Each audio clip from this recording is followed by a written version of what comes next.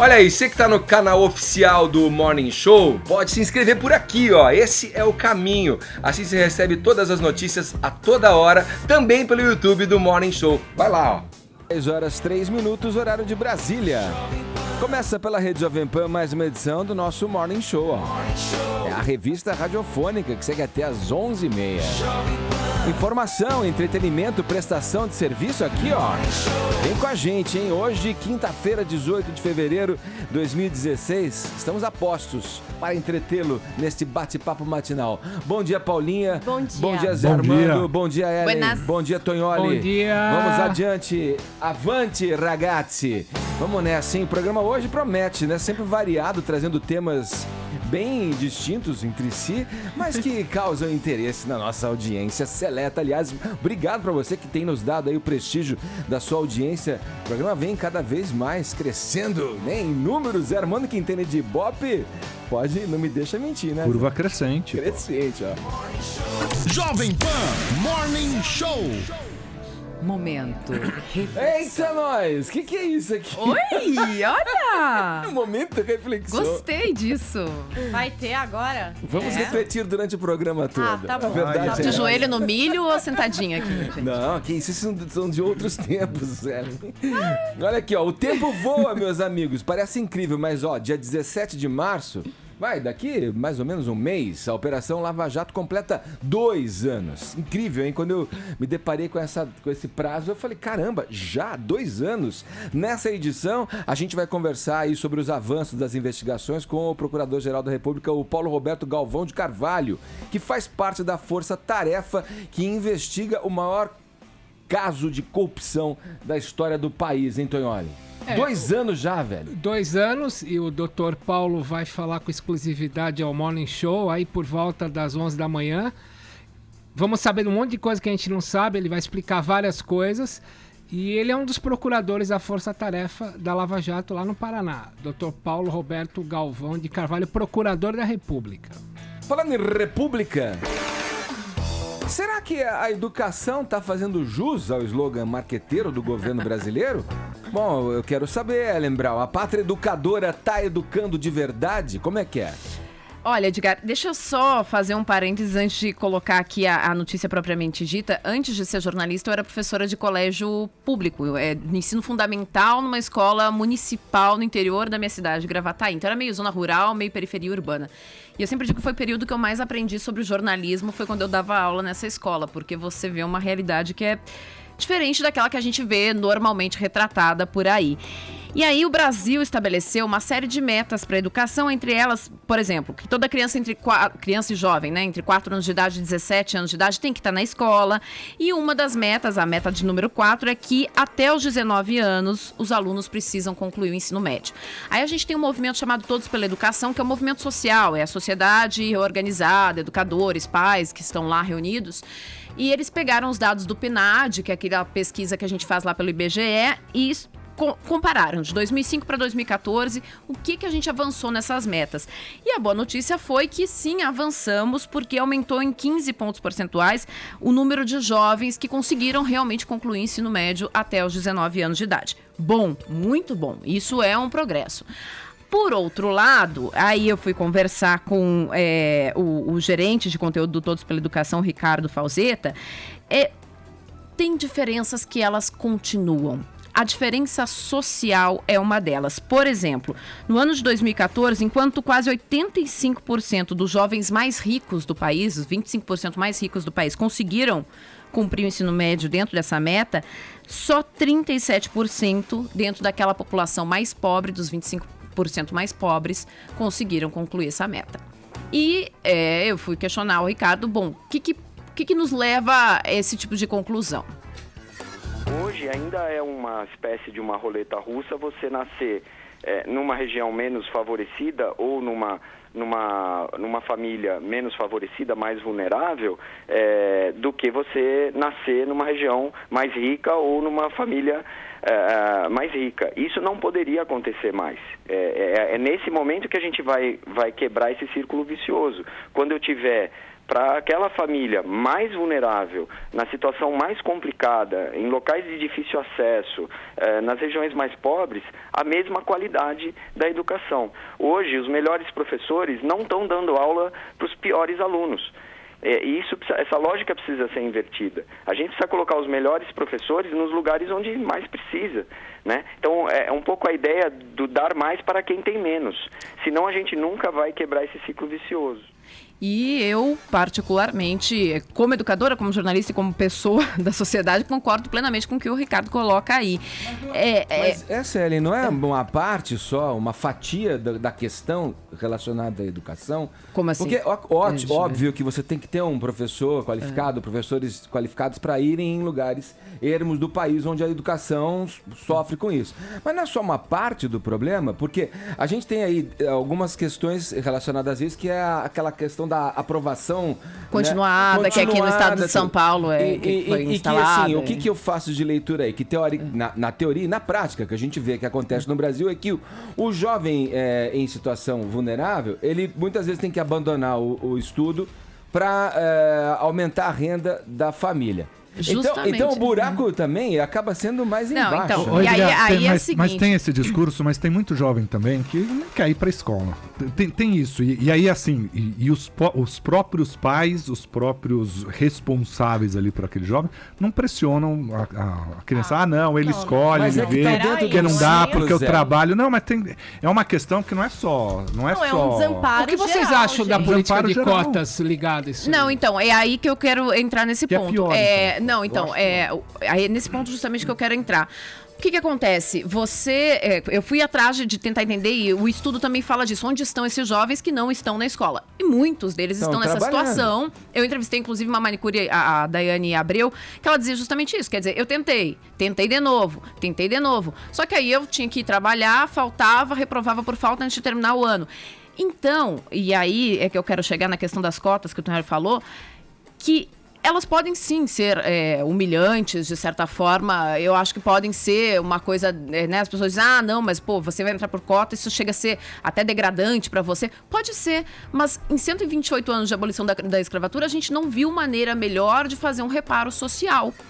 Por quê? E por que eu tô falando? Porque as nossas cotas no Brasil, que eu acho que são super importantes isso, elas são para alunos de escola pública. Gente, eu dei aula em escola pública, então é isso que eu tô dizendo. Um aluno que concluía lá a 8ª série do ensino fundamental, numa escola pública que eu dava aula, ele tinha o nível de um aluno de 5ª série de uma escola particular boa.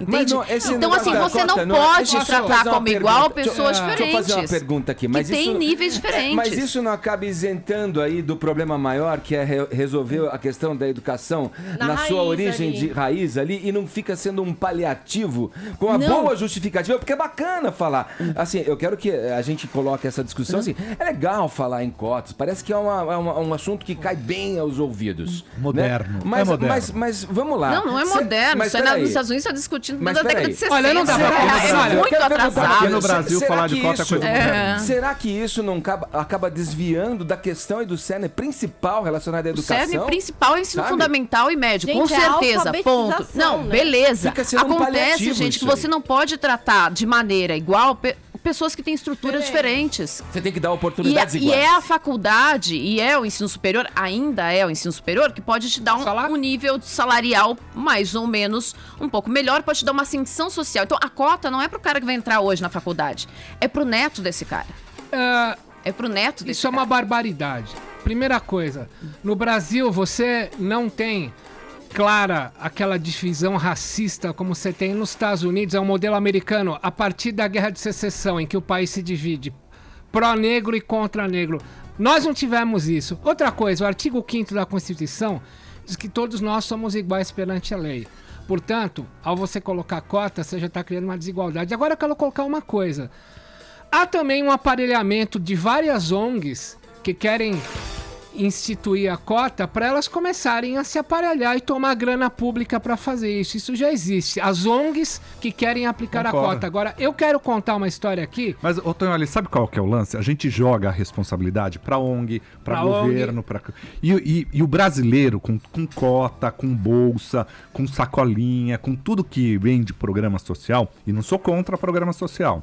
Só acho que a gente fica dando e a gente não estimula o cara a estudar, o cara a trabalhar. Você vai em muitos lugares Beleza, aí... mas Olha, como é que cara- você vai estimular um carinha lá no sertão do Agreste que precisa do dinheiro pra família a estudar? Então, mas aí Como você, que mas vai aí você tem a estimular bolsa que vai pro pai dele e obrigue o Você menino a acha que estudar. você acha que um cara que a gente ganha tem que mostrar, a gente R$75 tem- vai deixar de Mas isso aí é um fazer? discurso bonito. A gente Velho, não não mostra é. pra essa geração que a gente só vai conseguir melhorar Posso se a contar uma gente história? estudar. Os países cresceram contar- através do quero estudo, contar mas uma a gente tem história. que mostrar isso pra eles. Quero contar uma história. Vamos ouvir a história, Fala, mas Tayo. a Não, ele, então eu- acredita eu- que a cota supra essa necessidade. Não, não e acho que mantenha o menino na 100%. escola. Não acho que 100%. Se a gente não Eu mostrar, acho que Edgar, se a gente não um der passo. exemplo, não é vai. Um passo. Posso Não contar? adianta a Peraí. gente dar bolsa e não dar exemplo. Peraí, fala, Tonholi. Eu dou aula na Universidade de São Paulo há 18 anos, onde eu sou livre docente. A gente tem uma espécie de cotas que Só são... tem elite lá. Na USP Não, só peraí. entra quem estudou em Não, colégio peraí. top. Aí você tem... A gente tem algumas cotas de estudantes que vêm da África. Se vocês quiserem, eu trago alguém para falar isso aqui. A quantidade de estudantes africanos que entraram em depressão porque vieram por uma política de cotas estudar aqui na USP, no meu caso jornalismo, e não tiveram nenhum acompanhamento psicológico de nenhum professor, de nada da USP para fazer a integração. Por exemplo, um aluno que eu tive, que veio da África, ele foi fazer uma reportagem sobre abuso sexual em metrô, ônibus, etc.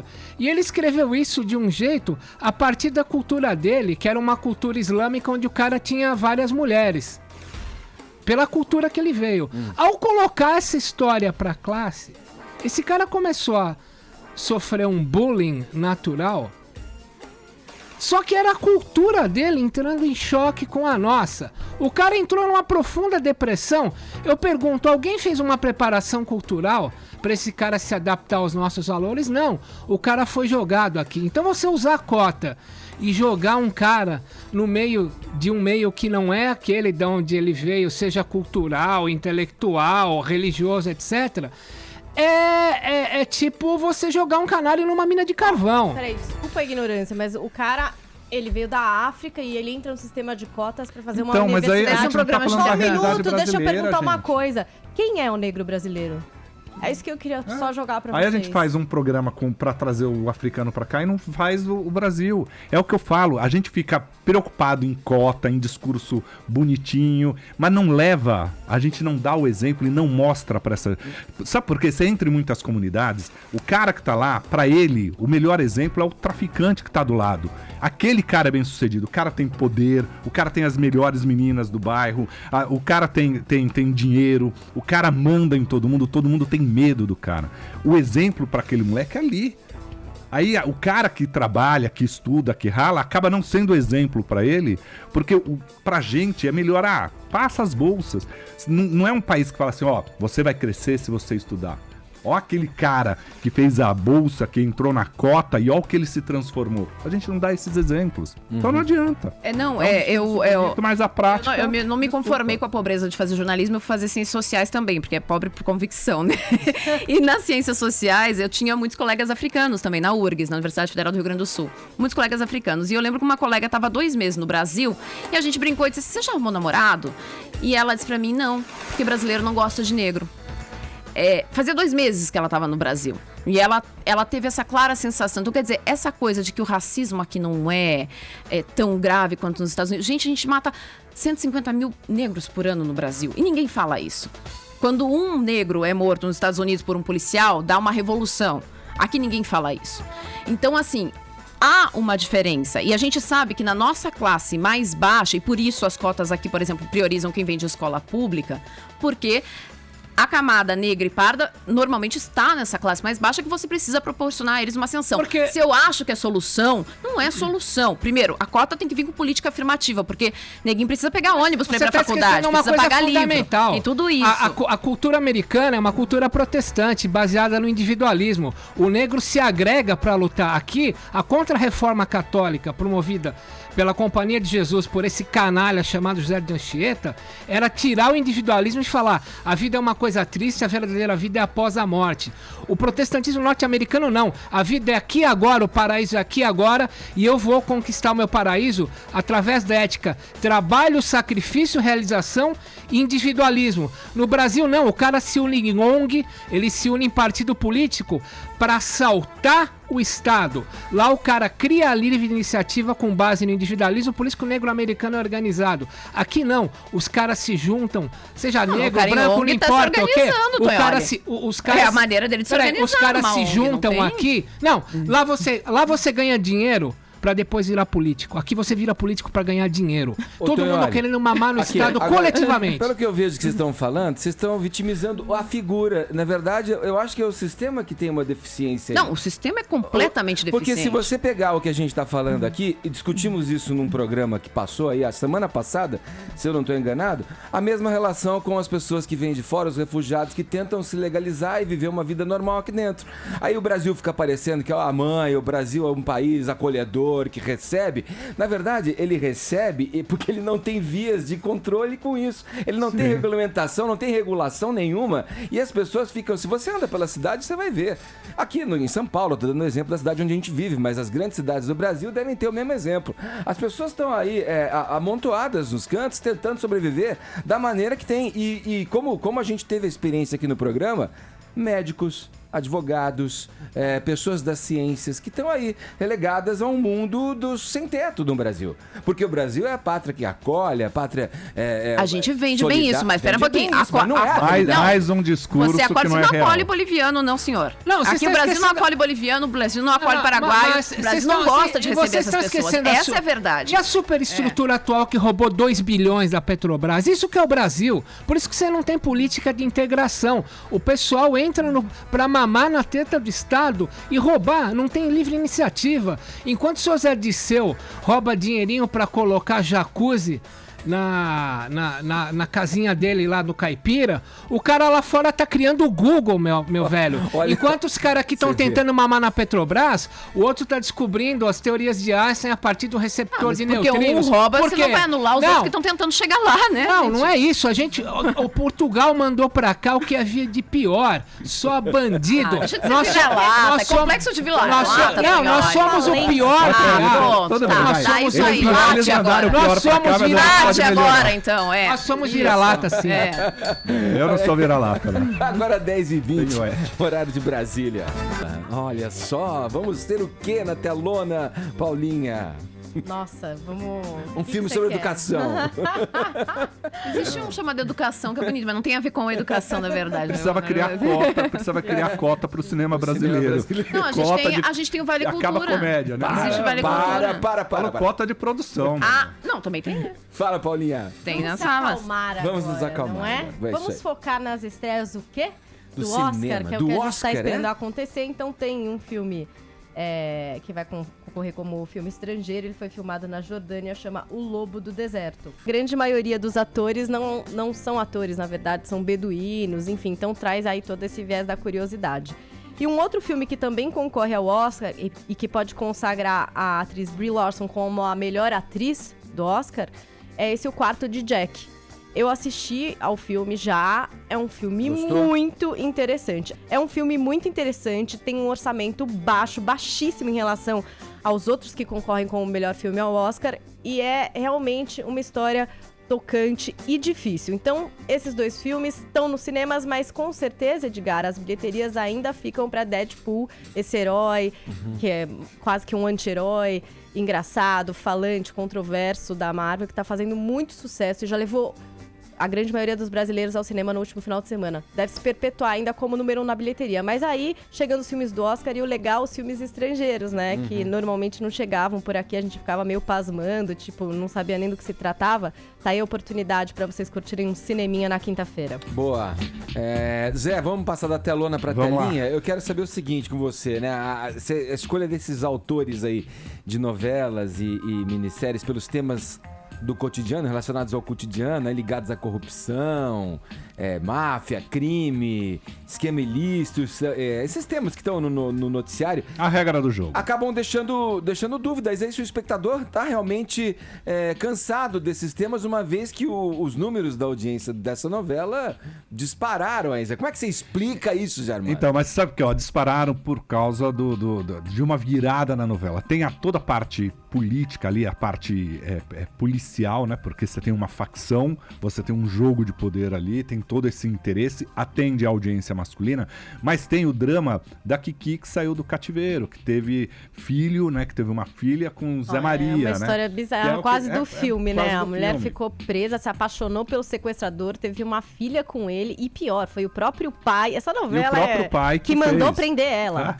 E aí, então tudo isso, né, cria uma tensão, e o que fez o público se voltar ali e acessar e gostar daquilo foi o drama todo. Quando o capítulo em que ela revela como é que foi e, na verdade, faz um jogo com o pai, porque o pai não quer que ela conte, né? E ameaça matar a neta dele, né? Então, todo um jogo de boas interpretações fizeram a novela bater o recorde de audiência. Agora, tem uma outra coisa. Ali tem o dedo do Silvio de Abreu. Porque o Silvio de Abreu, lá em janeiro, começou a convencer o João Emanuel Carneiro a mudar algumas coisas, a recontar a história de uma maneira mais clara.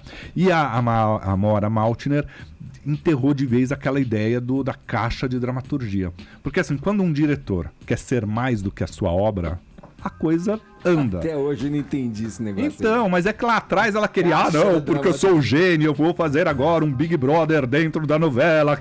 Ficou um negócio tão meio pedante aquilo que o público falou, não quero ver Big Brother, meu. Big Brother eu espero em janeiro pra ver, né? E aí o fato é que ela começou a entender que é o seguinte, o público é soberano.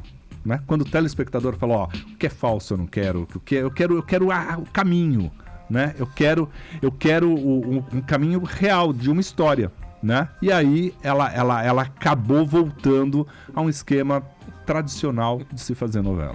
Novela é novela, série é série, filme é filme. Realidade é realidade, ficção é ficção. Vamos lá, para você interagir com a gente é muito simples, 56009 é o nosso Viber, ou também pelo Twitter, muitas pessoas participam pelo Twitter. Queria informar que durante o programa, quem cuida dos meus posts é a minha equipe, né, a produção. Você não pode contar isso, Edgar. Nossa, Edgar, não pode Você não assim. sabe. Eu tenho que contar isso, eu sou um cara transparente, desde sempre, mas olha, eu confio na minha equipe, porque ela é liderada pela Paulinha Carvalho. É uma equipe de uma pessoa, sou eu mesma. E olha, hoje a gente ia fazer um Viber, enfim, com outro assunto, mas a gente vai ir com Go with the flow, né, Edgar? Porque a galera já está mandando mensagens pro nosso Viber 56009 falando sobre cotas nas universidades. Então o pessoal já começou a mandar a sua opinião e você também pode. Tem um monte de gente também comentando aqui no Twitter, né? Então manda aí a mensagem de voz, 56009 sua voz no Morning Show, falando aí sobre cotas nas universidades. Você é a favor, você é contra, a sua opinião. E tem kit Morning Show com caneca e camiseta. Um tema que deu pano pra manga aqui. Vai, deixa a sua opinião. O próprio ouvinte impõe o tema no nosso Isso aí, Viber. 56009 tem o kit com a caneca e a camiseta do programa pros que participarem. É isso aí, agora 10h31, horário de Brasília. Morning Show pro Twitter, e aqui vai. a questão é efetiva, tá? Não é paliativa, não. As pessoas participando, o Fabinho Henry, ele disse na prática, né? Esses jovens acabam não estando preparados, tal, são levados a passar de ano com relação àquela aprovação sistemática e tal, e chegam despreparados no mercado, enfim, na universidade. A Patrícia Rodrigues mesmo. Também, ela diz que dá aula dentro da penitenciária. Eles ganham mais do que eu e tem faculdade de graça lá dentro. As pessoas se manifestando pelo Twitter, e você pode fazer isso também, que tem um kit com a caneca e a camiseta. A Jane mostrou aqui uma mensagem do ouvinte, o Anderson, né, Jane? O Anderson falou assim, que tem que defender a escola pública de qualidade, porque senão essas pessoas chegam despreparadas na faculdade, não cortam na faculdade. Concordo, Não é? inclusive Também concordo. eu vejo isso e eu defendo a escola, porque tem uma coisa, o Ricardo, na conversa que eu tive com ele, ele fez uma colocação muito importante. Ele disse assim, a nossa política priorizou primeiro a quantidade, ou seja, vamos incluir todos e não a qualidade. Então a qualidade do ensino básico ainda é muito ruim, isso é verdade. E eu defendo que melhore, mas a gente tem que também tomar em todas as pontas, senão Ó, não vai a- adiante. A Tati diz aqui, ó, que os cotistas costumam ter notas melhores porque essa é talvez a única oportunidade que tenha na vida. Mas eu Será ainda que é digo. uma regra isso? Então, mas eu ainda digo, a gente Gente boa tem que ter em a todo cota, lugar, tem né? que ter bolsa, tem que ter sacolinha, tem que ter tudo. Porém, a gente tem que mostrar pra esse jovem, ó, dá pra você mudar a sua vida. Não viver apenas à base de cota e à base de Zero mando e a meritocracia. Sério, a gente Não, tem que ser meritocracia, meritocracia é sim, maravilhosa. claro que sim. Eu Mas gosto, e se fosse paliativo, tinha que ter um plano a longo prazo que, por enquanto, não foi Claro, apresentado. exato. Ó, entendeu? se não tiver Então, meritocracia, O Brasil sabe o que só é que eu tem vou ladrão fazer? porque não tem meritocracia. Os Então, caras se- saltando então. o Estado.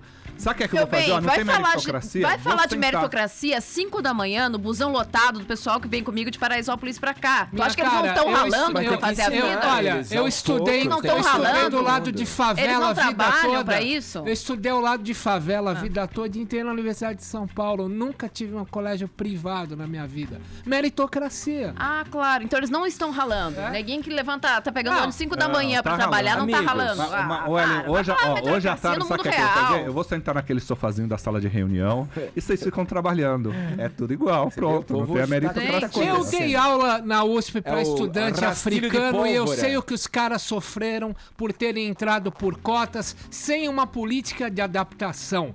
A quantidade de aí estudantes... são as políticas Dá licença, afirmativas. dá licença. Aí A são políticas afirmativas, a tem que estar junto. A quantidade de estudantes africanos na USP em profunda depressão porque não tiveram nenhum acompanhamento na adaptação das suas culturas à cultura paulistana é uma coisa a ser revelada e eu me comprometo a trazer alguém aqui para colocar o absurdo que é feito contra Sim. essas pessoas. Tá, é um paralelo a esse tema principal aqui da educação do povo brasileiro que a gente tá falando, né, Tonholi? Isso é importante, mas a gente fala da educação mesmo que deve vir lá na base de tudo, né?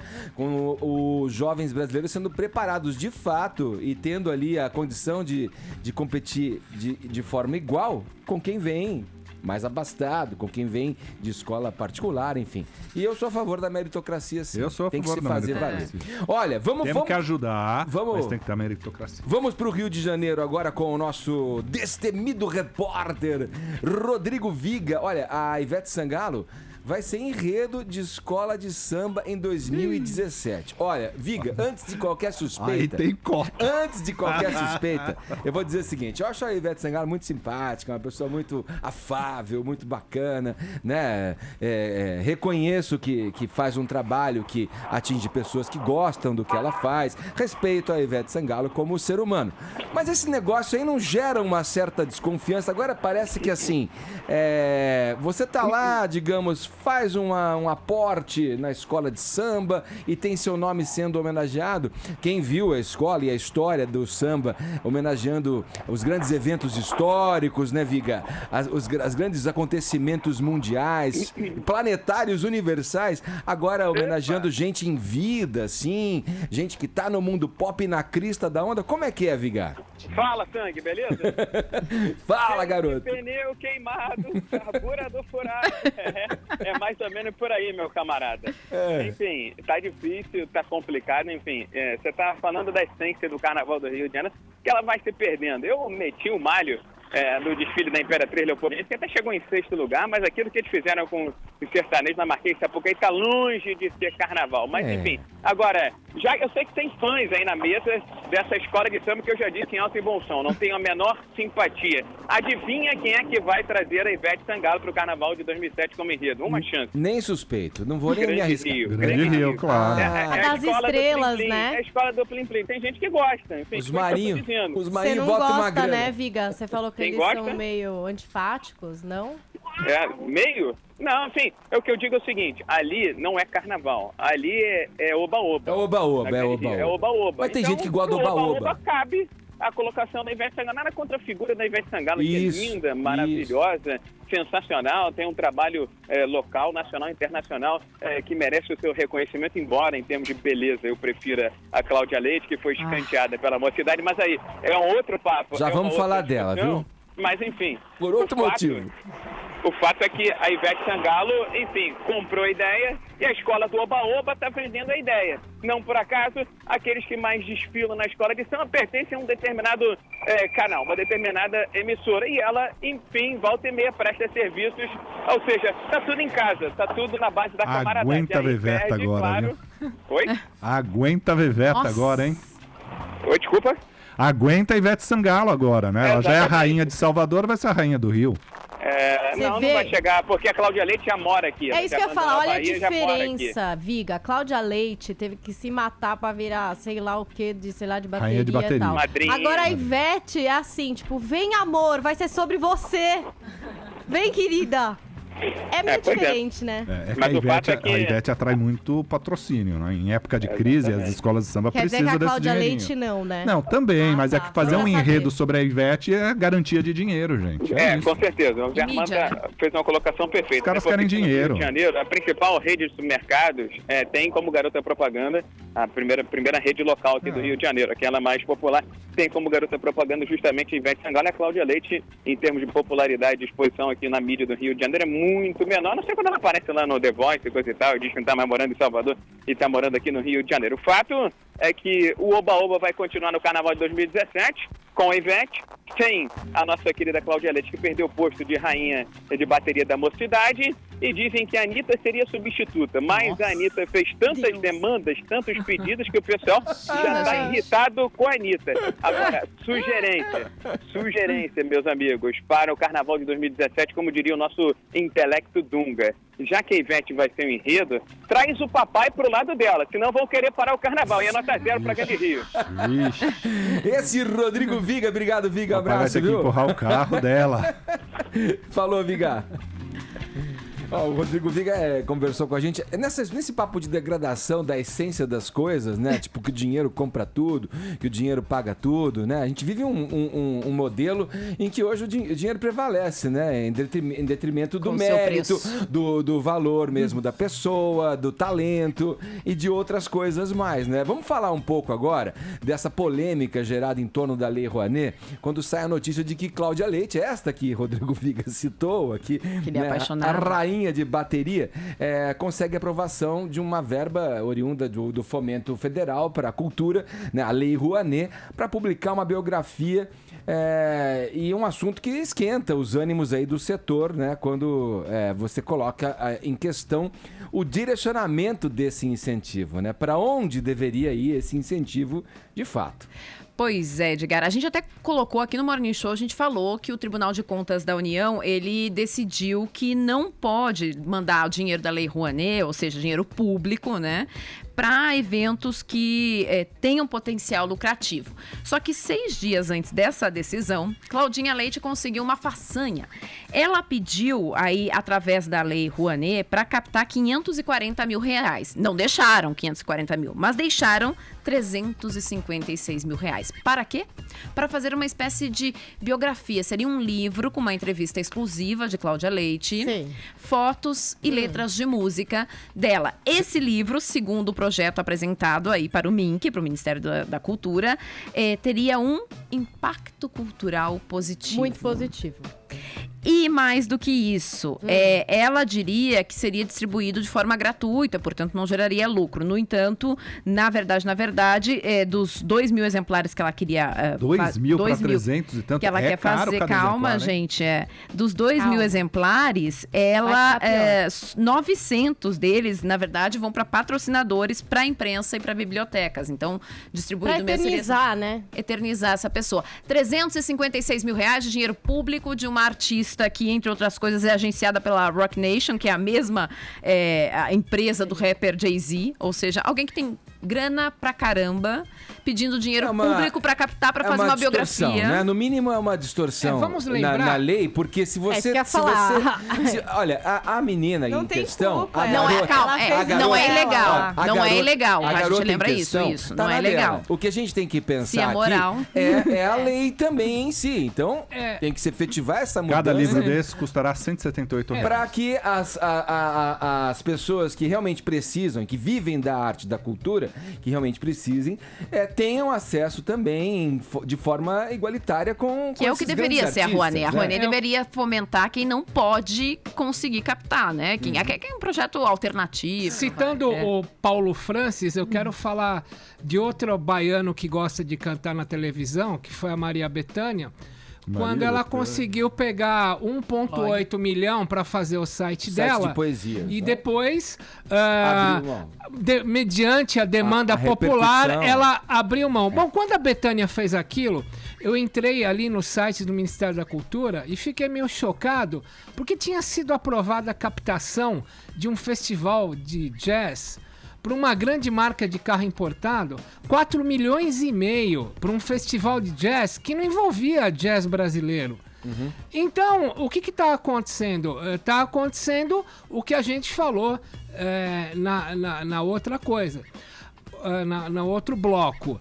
No Brasil, as pessoas não têm a livre iniciativa, elas querem chegar no Estado, mamar dinheiro do Estado, para poder fazer... Aqui o cara vai fazer banheira com dinheiro público e não inventa um Google. O que é isso? Todo mundo quer mamar no Estado. É uma herança cultural nossa, é uma herança da contra-reforma católica, que é... Olha, o Estado é tudo, ele te dará tudo. É por isso que você tem tanto ladrão aqui. O cara não monta o negócio dele, ele se aparelha para tomar a grana pública. Então o que essa cidadã fez... Na verdade, é um microcosmo do que o cara do Petrolão, do Mensalão, do Merendão, do Alstom, não importa o partido. Esse é o gene brasileiro. Dar pernada de anão e pegar grana pública. Mas assim, o Tonho, olha, ela não incorre em nenhum crime fazendo isso. Mas a verdade é que do jeito né? que é, os mas é imoral. Não conseguem nem pedir é legal, dinheiro, mas é imoral, porque talvez. É muito burocrático. O cara não tem nem grana pra arranjar um cara pra levantar tudo que precisa levantar, pra você pedir alguma coisa na Rouanet. Chega na empresa, o cara olha pra você e fala... Quem é você mesmo, só pra querido? explicar, né? Explicar pro ouvinte como é que funciona. É assim, bom, o governo te autoriza a captar. Aí você vai lá... Não. Primeiro você tem que fazer um projeto gigante. Tem várias coisas que você precisa colocar Mas no assim, papel é que as pessoas acham que vão receber a grana não é isso. Ele te autoriza a captar Ele autoriza a captação. O artista vai lá de porta em porta e bate lá na porta da empresa X. O meu filme, o meu Agora, pensa você, ouvinte. Você é uma grande empresa. E você patrocinando, o seu nome vai estar estampado lá. O que vale mais a pena? Bom, uma grande empresa, vale mais a pena eu patrocinar a Cláudia Leite, que todo mundo vai ver, ou o teatrinho dos Palapatões ali na Praça Rosa. Ou cultural do interior. Exato.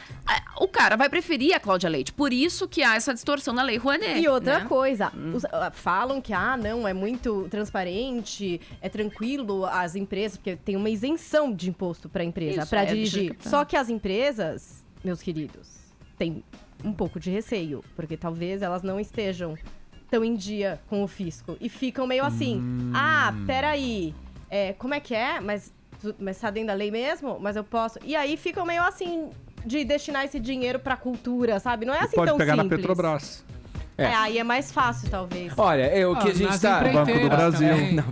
O que a gente tá falando nas estatais, o que a gente tá falando, assim, olha, não tem nada absolutamente a ver. Se tá dentro, se é previsível, se ela pode, ela tá na dela. Mas agora, tem gente interessada na carreira dela e talvez conhecer a biografia dela.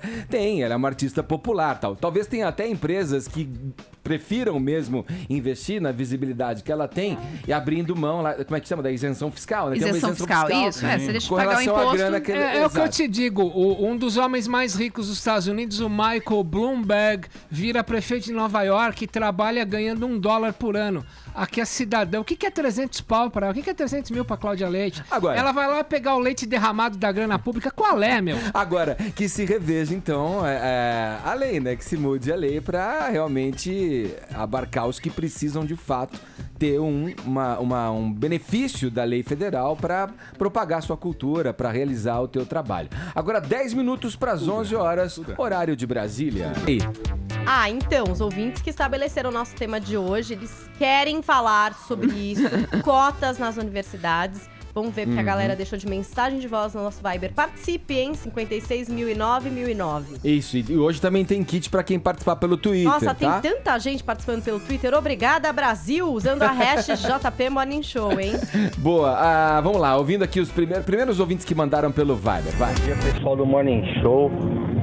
Tô escutando o rádio, achei o assunto super interessante e queria dar uma opinião sobre isso. Fala, meu. Sou totalmente contra cotas e bolsas.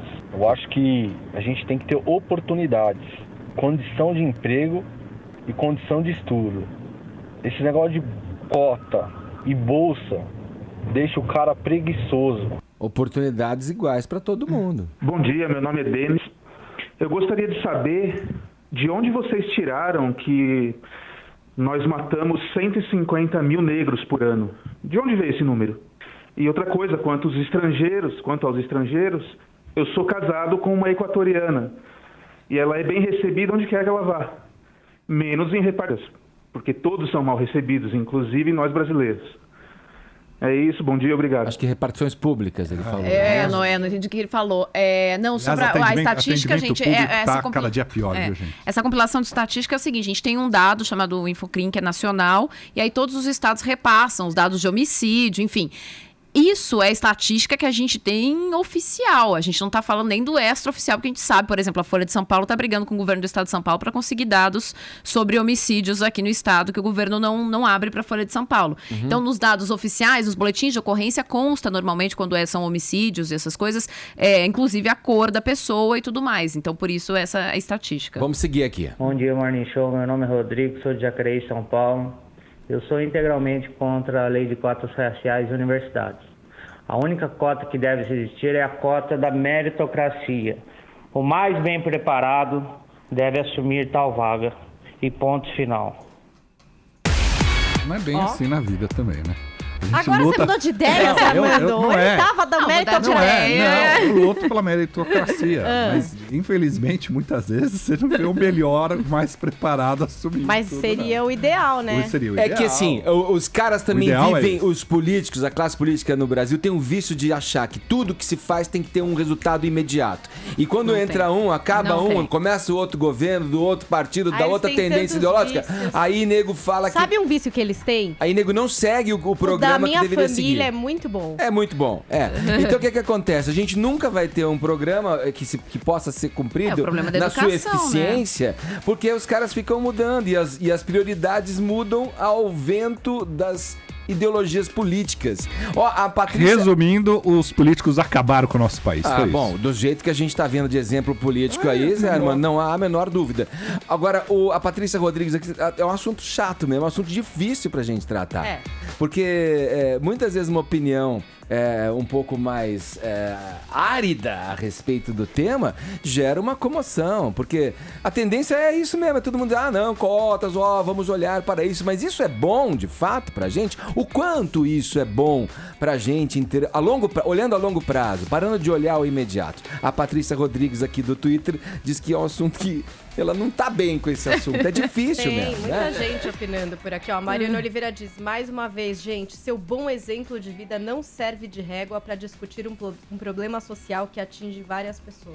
Ela é a favor das cotas. Ela é a favor. Tem muita gente aqui contra e a favor, tá bem equilibrado no Twitter, diferente do que a gente ouviu agora no Viber, né? Difícil separar todo mundo, mas tá bem dividido.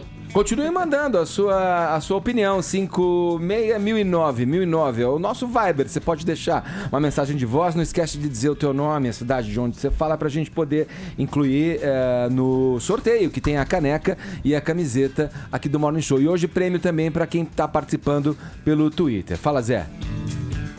Isso aqui é uma notícia, eu ainda vou levantar, mas já circula aqui. A assessoria de Cláudia Leite enviou uma nota oficial sobre a notícia da aprovação do Ministério da Cultura para captar, via Lei Rouanet, 356 mil para lançar um livro sobre a cantora. Segundo o comunicado, a Ciel, a empresa que administra a carreira da cantora, soube do aval pela imprensa, mas já havia desistido de realizar o projeto. Aí segue aqui a coisa. Então fala não vai ter?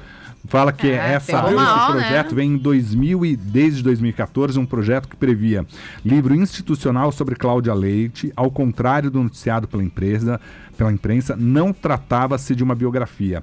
Ontem também pela imprensa, a Ciel, empresa que gera a carreira da artista, soube que o projeto, em total conformidade com a Lei Rouanet, foi aprovado. Deste modo, a Ciel poderia captar recursos junto à iniciativa privada. No entanto, a Ciel repudia notícias maldosas que sugerem que a Cláudia Leite se beneficia de incentivos fiscais, informa ainda que o mesmo já estava abortado. Sendo assim, como o recurso não foi captado, será arquivado pelo MINC. É a nota que está circulando aqui. Nota oficial. Bom, legal ter essa. Ou seja, existiu um projeto, foi Pegou desistido mal, do projeto, mas agora poderia arrecadar e eles não vão arrecadar. Não vão. Que foi o que aconteceu com a Betânia também. Mesma coisa. É por isso que a manifestação popular funciona, viu? Muitas vezes funciona. Pegou mal, então abre mão, né? 11 horas em... Olha, o pessoal tá indignado aqui que não sou eu que tô escrevendo. Pessoal, eu que cuido da minha conta no Twitter. É durante o programa, é só durante o programa. Pra ele não se descuidar aqui no ar, né? Você que nos assiste aqui pelo aplicativo, pode ver que eu fico mexendo em vários botões aqui. O Twitter seria uma... Mas eu ainda dou uns pitacos aqui, viu? Tá. Tô dando uns pitacos aqui, viu, gente? Não se preocupem, a equipe de produção cuida do meu Twitter só na hora do programa e em alguns momentos. 11 em ponto, horário de Brasília. De desvio e lavagem de dinheiro envolvendo a Petrobras, empreiteiras e agentes políticos. Os políticos mesmo, né? Vamos lá. Bom dia, Paulo.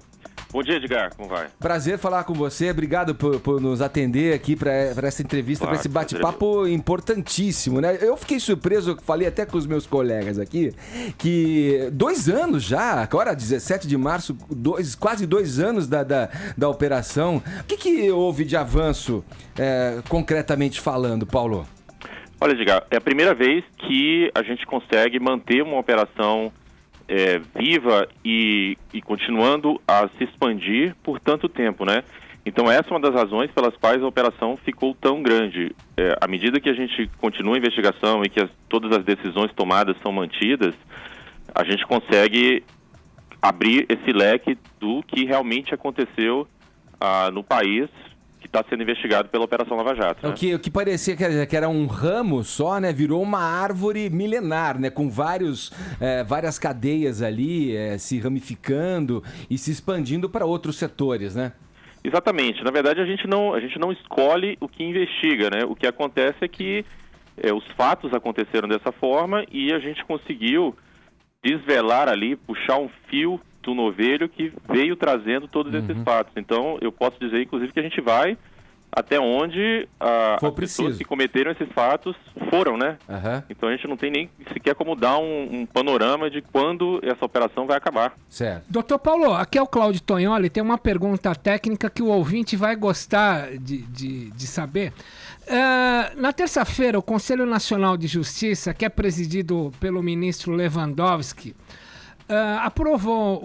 reformou uma resolução pela qual todo mundo que vaza um documento em sigilo de justiça tem que ser investigado até o último grau. Nós, da imprensa, a gente vive de pegar documento em sigilo de justiça. E o ouvinte tem que saber que já havia uma decisão do ministro Celso de Mello do Supremo que falou que segredo de justiça ele cabe à autoridade, não ao jornalista.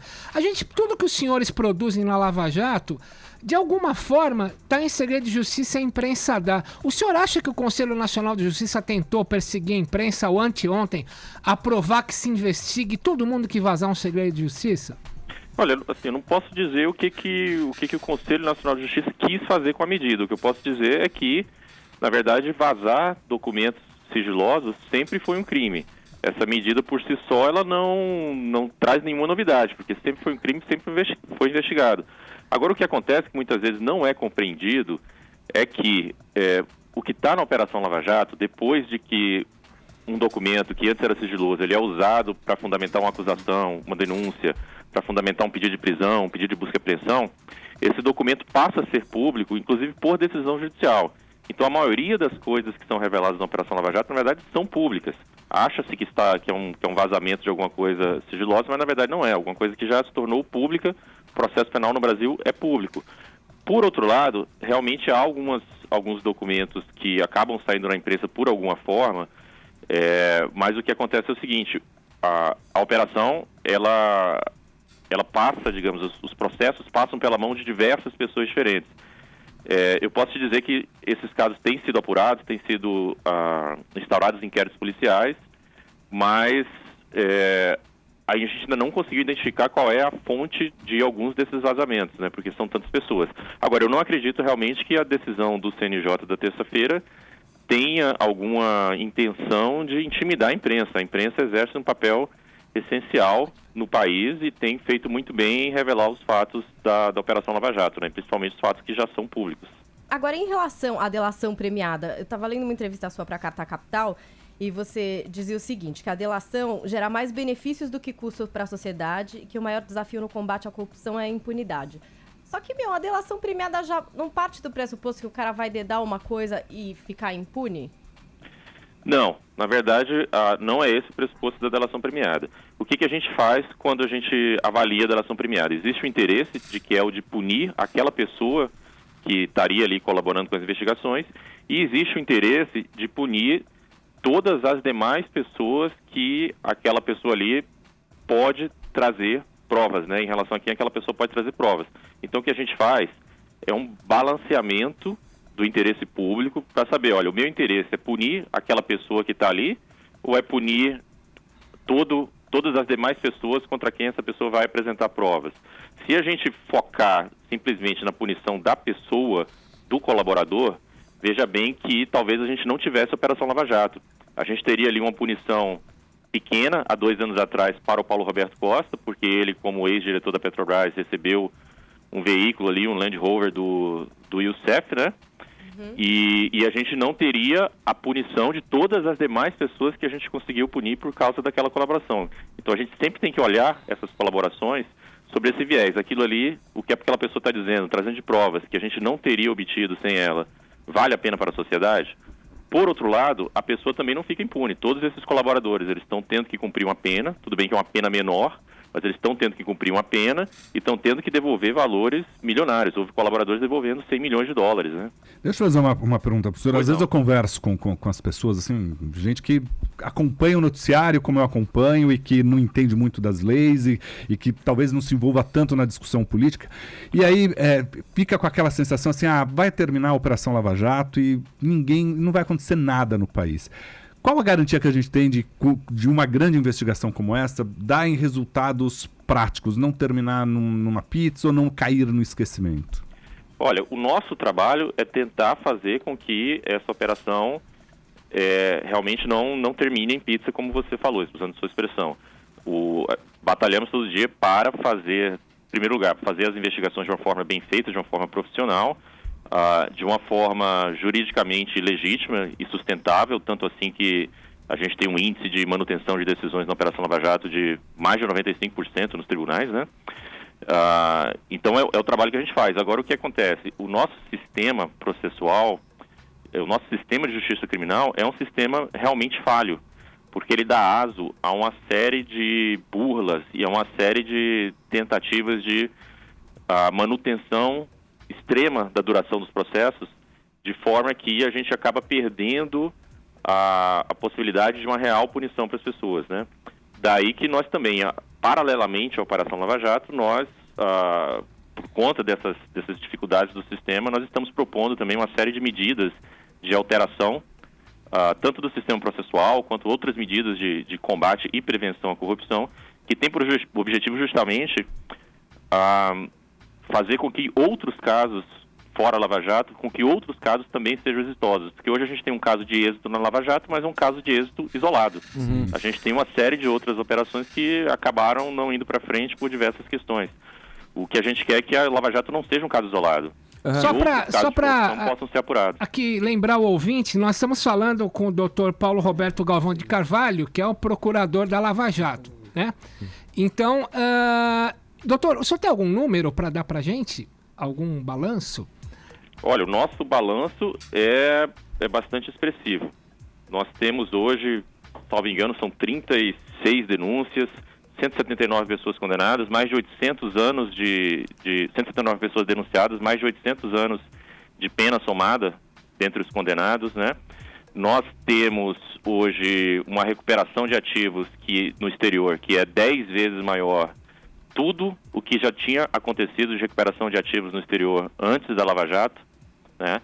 E nós estamos aí já há 2 anos e a intenção é continuar, ou seja, a operação não está chegando ao final. Uhum. Ô, Paulo, hoje, pois não. Não, a gente depois, como população brasileira, a gente fica vendo vocês, o Deltan também, é uma juventude que está ali à frente, numa questão tão crucial para o país, que a esperança de todos é que isso realmente resulte numa mudança de rumos com relação à tradição corrupta, para falar o português bem antigo, corrupta, do político brasileiro. Eu queria que você desse o teu parecer com relação à dimensão dessa decisão do Supremo de passar aí da prisão preventiva, isso que foi muito discutido e brilhantemente até defendido pelo âncora mora aqui da Jovem Pan, Joséval Peixoto, que é advogado, que a classe tem um olhar crítico sobre isso, né? Diz que isso cerceia a livre defesa, que até que se transite julgado até a última instância, mas o Supremo entende que essa prisão preventiva deva passar já na segunda instância para uma prisão, digamos, definitiva para quem já está condenado. O que, na tua opinião, isso significa para o país? Olha, nós aplaudimos bastante essa medida e, inclusive, essa medida é uma daquelas que estavam propostas no nosso pacote de 10 medidas contra a corrupção.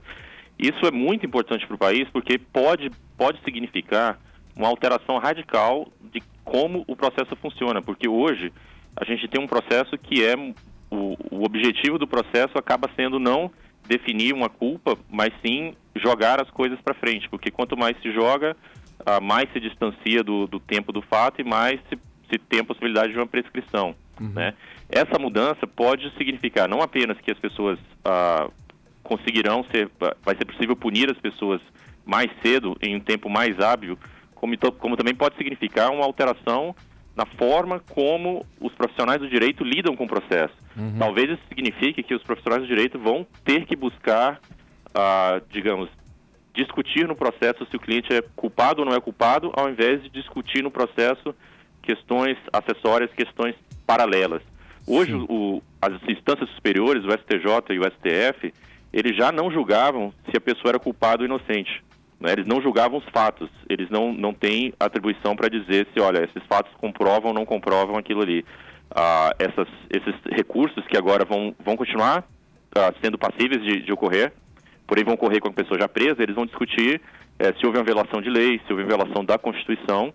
Então, a decisão significa que, uma vez considerado que a pessoa é realmente culpada, ela já pode começar a cumprir a pena. E depois disso é que pode continuar sendo discutidas outras questões paralelas relacionadas à condenação. Certo. Olha, tem pergunta aqui do nosso ouvinte no pois Twitter. Anime X, ele pode parecer óbvio, mas eu acho que é legal deixar bem claro, né? Para onde é que vai o dinheiro que é trazido de volta resgatado, pela Operação Lava Jato? Excelente pergunta. O que a gente tem recuperado, e hoje nós já temos garantia de que vamos recuperar 2,8 bilhões de reais, já estão garantidos para recuperação. O que a gente faz é o seguinte, uma grande parte dele, aproximadamente 90%, vai ressarcir o prejuízo que essas pessoas causaram. Essas pessoas causaram prejuízo ao Estado brasileiro, que é o controlador da Petrobras, né? Então, a maior parte desse dinheiro vai para a Petrobras.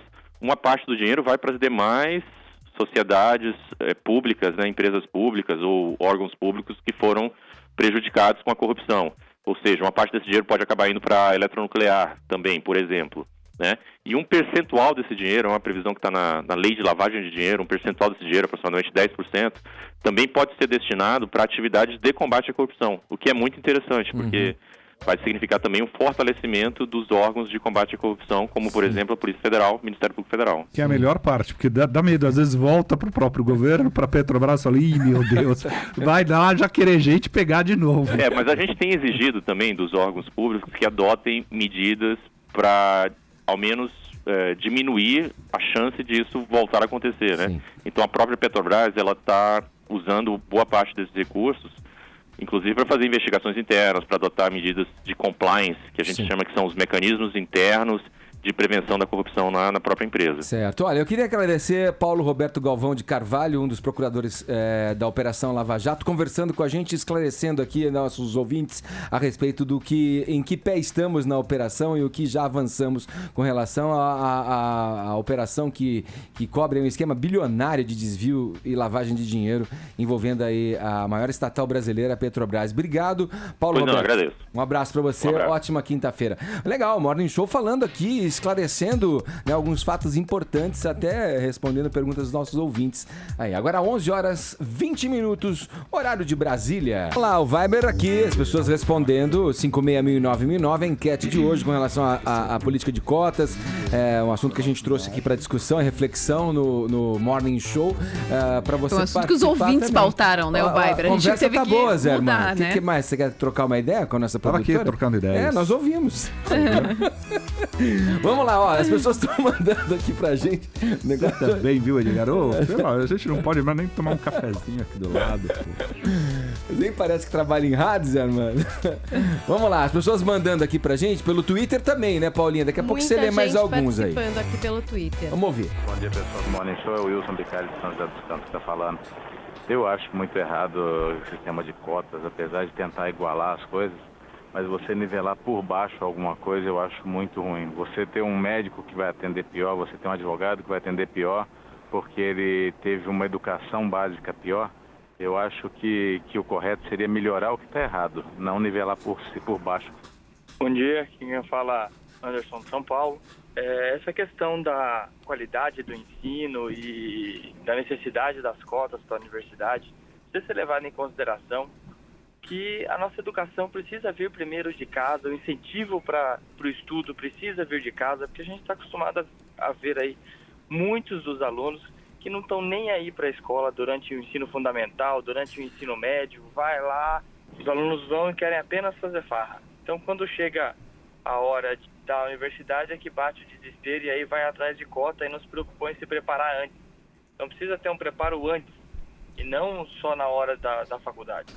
Vamos pro Twitter agora. Olha, tem o Ranieri Costa dizendo, sobre as cotas sou a favor, mas depois de se formar, as pessoas prestem 2 anos de serviço em escolas públicas para melhorar o nosso ensino. Teve o Vitor aqui também dizendo, sou estudante de escola pública, negro, sem apoio do governo e nem por isso desisti dos meus objetivos.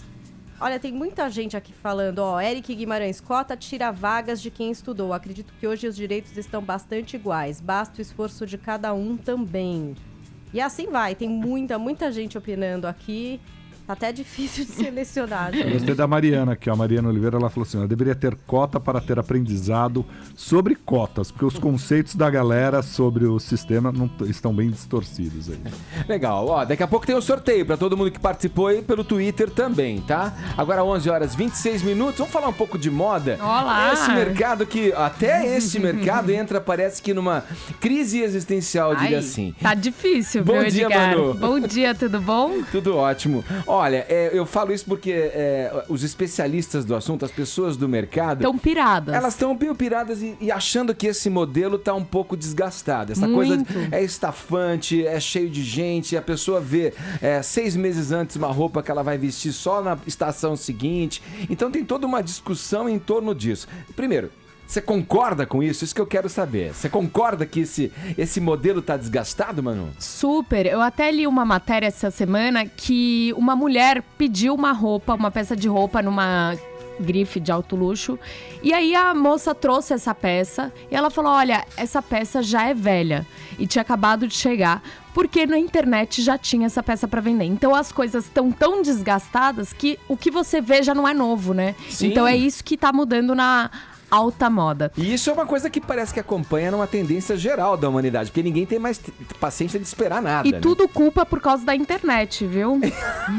A culpa é da internet. Sempre da internet. A gente tá também com a Camila Toledo aqui para falar a respeito disso. A gente tá prestes a viver a Semana de Moda de Londres, né? Só para explicar, a Camila Toledo, ela é pesquisadora de tendências e diretora do Fashion Snoops. Então, assim, tudo que a gente vai usar daqui 10 anos, ela já sabe. Então, sério? É por isso que eu tô do lado dela, Nossa, pra saber tudo. É verdade? É verdade porque a moda é comportamento, né? Forma de expressão. Então, a gente estudando um pouco da sociologia, do que tá colando, do que os jovens desejam, Mas da o fato arte. de ser cíclica também não dá uma confundida nisso? Porque de repente, daqui 10 anos, a pessoa vai estar usando uma boca de sino.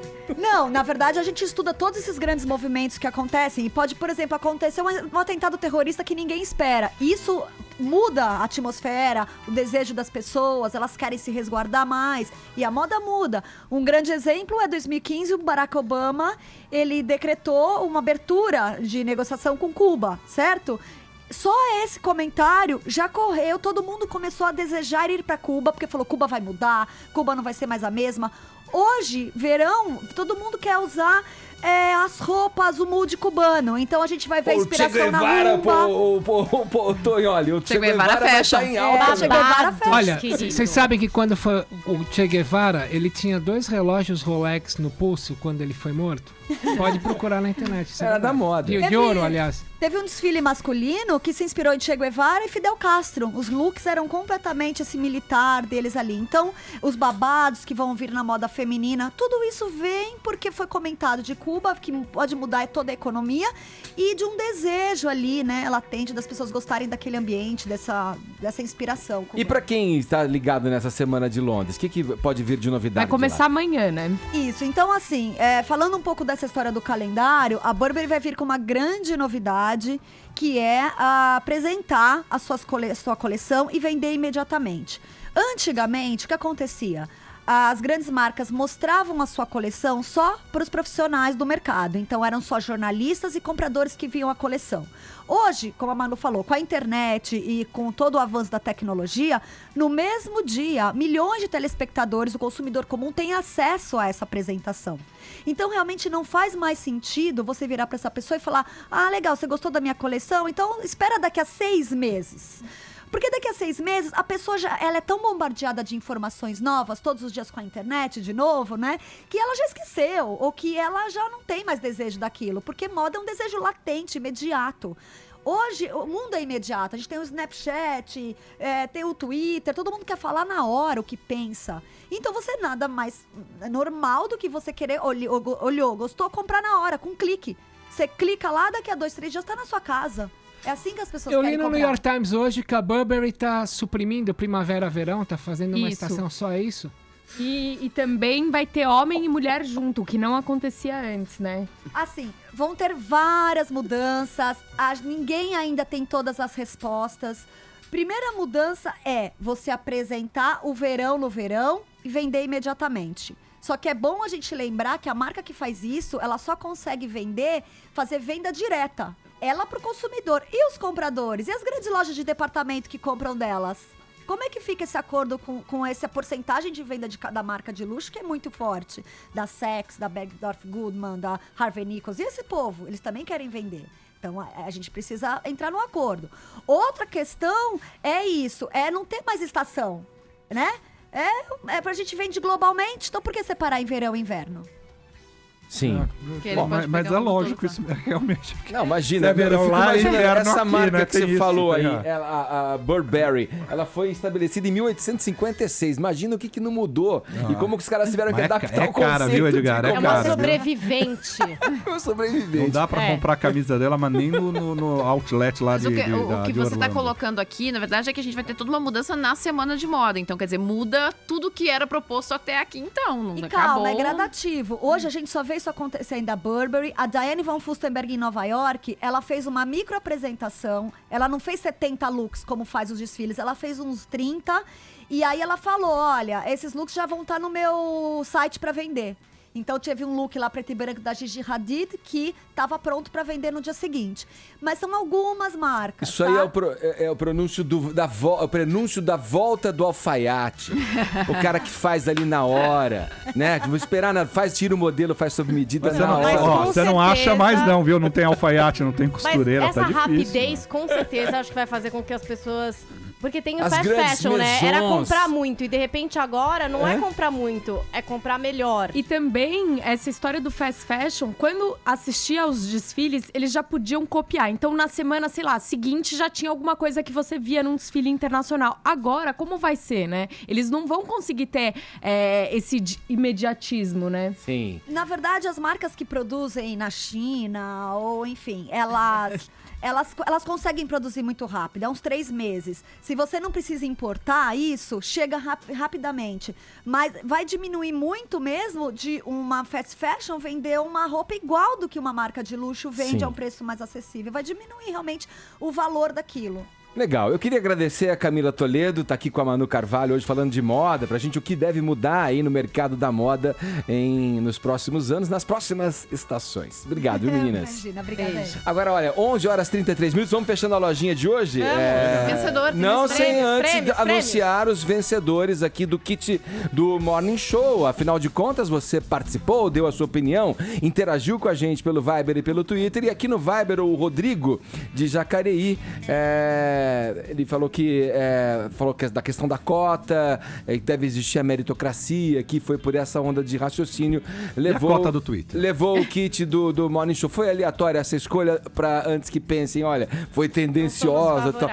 Olha, o Rodrigo levou, participou, ganhou. Obrigado a todo mundo que interagiu com a gente e mandou mensagem no Viber. Aqui no Twitter foi a Mariana Oliveira que interagiu durante todo o programa. Aliás, ela é bastante ouvinte do programa. Obrigada, Mariana. Mas hoje ela mandou links, inclusive, pra gente se aprofundar no assunto e levou o prêmio aqui no nosso Twitter. Olha aí, maravilha. Ai, meu Deus, aprender demais Aprender não quer dizer é bom, que você era aprender burro, é não, bom, menino. aprender é bom. Então tá bom, Mariana, parabéns, obrigada, gente. Hashtag JP Morning Show, tá um sucesso. Ficamos por aqui, então. Valeu, Ellen Brown. Tchau. Tchau, querida. Tchau, Paulinha. Tchau. Falou, José. Valeu, até amanhã. Até Tchau, mais. tchau. Tonioli. Dia quadriplex pra todos. Aumentou Você não falou quadriplex.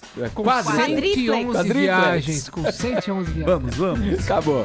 Amanhã tem mais, hein? Obrigado a todo mundo que participou deste quente programa dessa quinta-feira. Amanhã tem mais, a partir das 10 aqui na Jovem Pan. Obrigado pra você que tá sempre com a gente durante as manhãs. É isso aí. Tchau. Olha aí, você que tá no canal oficial do Morning Show, pode se inscrever por aqui, ó. Esse é o caminho. Assim você recebe todas as notícias a toda hora, também pelo YouTube do Morning Show. Vai lá, ó.